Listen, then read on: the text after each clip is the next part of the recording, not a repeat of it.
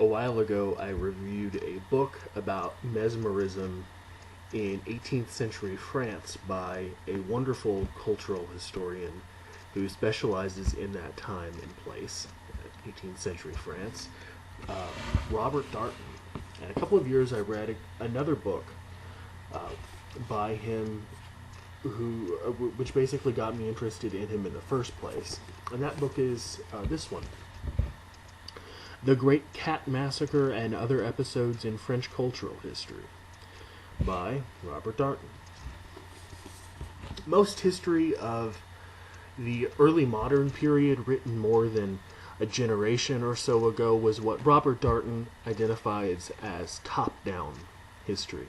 It was the history of royalty, of nobles, and of intellectual elites whose ideas largely defined and dominated the times. I've talked about this earlier in some of my other history reviews, I think.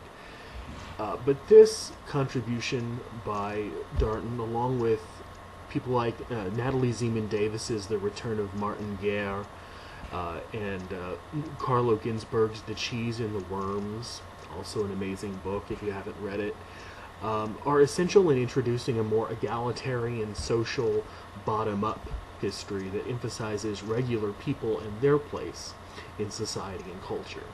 And the book contains 5 chapters, loosely interwoven around an attempt to carve out a special niche in historiography, what has sometimes been called micro-history.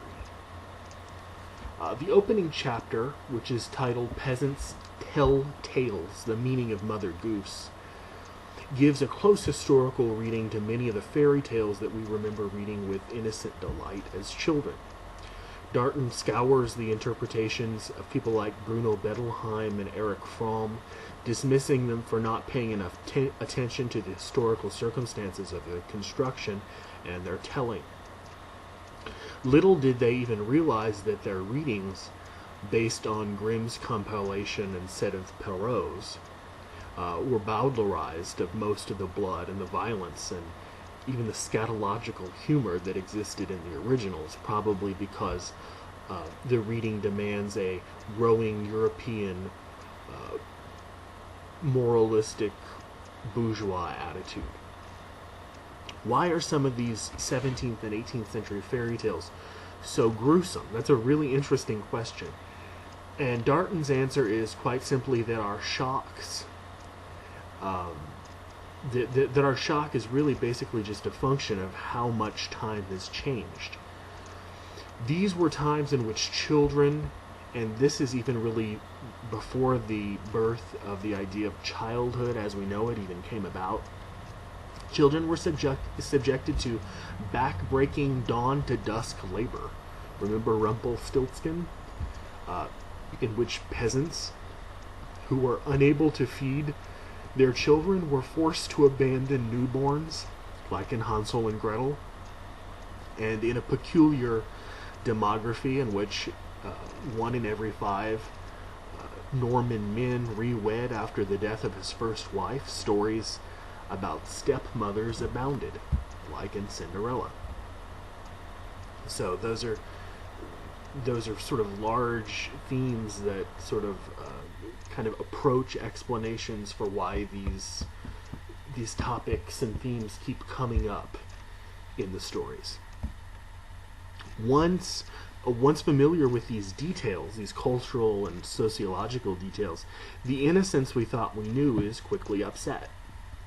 And these stories were the work of imagination and whim, but Darnton does a superb job of detailing the degree to which they were very social products of social history as something that was very much happening on the ground. The eponymous chapter, which is about the Great Cat Massacre, details many aspects of the growing print culture in the Ancient Regime before the French Revolution. Master printmakers would hire journeymen to come to their shop and learn their craft. But one day in a Paris shop, these journeymen slaughtered hundreds of cats, much to their amusement, and repeated the trial repeated the episode in mock trials no less than a dozen different times over the next few months. A pretty curious set of episodes. As in the chapter on fairy tales, why we no longer see this as humorous and indeed see it even as barbaric tells us just how much, as Darnton says, the ontological position of the cat has changed. The journeymen were upset that younger, much less experienced workers were being brought in to perform their work for almost nothing, while the masters would retire to their personal rooms and lounge, eat, and sleep, and take care of their cats. So in a sort of Rabelaisian response, using Rabelaisian logic of social carnival, the journeymen saw the murder of the cats as a kind of retribution, meted out for the wrongs perpetrated against them.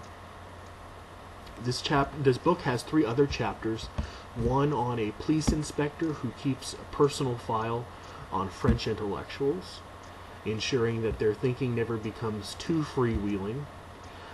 Another with one man's and largely one culture's growing obsession with the work of Rousseau, especially why was La Nouvelle Heloise such a big seller, and a somewhat less interesting essay on, a somewhat less interesting essay with the title "A Bourgeois Puts His World in Order, the City as Text."